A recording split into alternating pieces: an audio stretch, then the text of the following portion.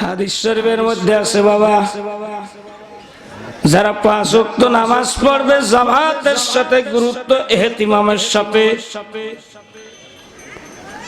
যারা 5 ওয়াক্ত নামাজ পড়বে গুরুত্ব ইহতিমামের সাথে, 5 ওয়াক্ত নামাজ জামাতের সাথে পড়বে, আল্লাহ পাক তাকে 5টা পুরস্কার দান করবে। জোরে কোন সুবহানাল্লাহ। কয়টা পুরস্কার দান করবে? 5টা পুরস্কার দান করবে। একটা হলো দুনিয়াতেই আল্লাহ দিয়ে দেবে, সেটা হলো মানুষ রিজিক রিজিক করে পাগলের মতো ঘুরে বেড়ায়। যারা খাঁটি নামাজি ব্যক্তি, যারা মাওলাকে খুশি করার জন্য 5 ওয়াক্ত নামাজ পড়ে, এই নামাজের বদৌলতে আল্লাহ পাক তাকে প্রথম নাম্বার হলো রিজিকের অভাব দূর করে দেয়। সুবহানাল্লাহ বলেন। কোন নামাজি কি না খেয়ে আছে বলেন তো দেখি?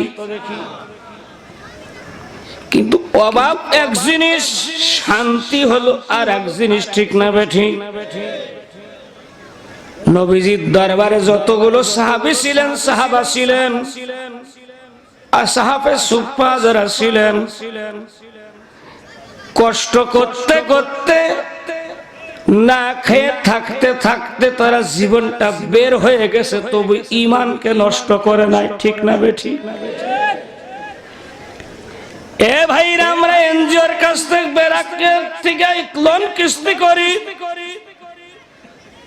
দুনিয়াতে কিছুদিন থাকার জন্য কত ধরনের আমরা বাটপারি করি, কত ধরনের সালসা তৈরি করি, ঠিক না বেঠি?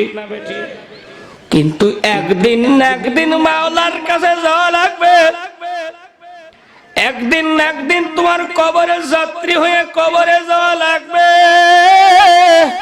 সেদিন কিন্তু তোমার এই পাপের ভাগী কেউ হবে না। হবে? এই পাপের ভাগী কেউ হইতে চাবে না। 2 নম্বরে নামাজি ব্যক্তিদের কবরের মধ্যে আযাবকে আল্লাহ হটাইয়া দিবে। জোরে কোন সুবহানাল্লাহ। 2 নম্বরে কবরের আযাবকে হটাইয়া দেওয়া হবে। 3 নম্বরে নামাজি ব্যক্তিদের ডান হাতে আমলনামা দান করা হবে।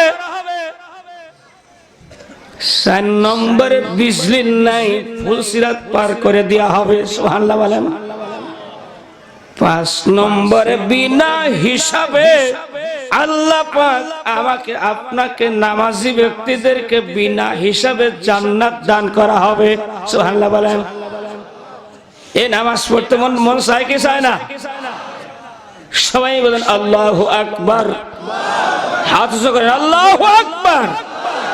আল্লাহ তুমি সবাইকে যেন নামাজি বানাইয়া দাও, বলেন আমিন।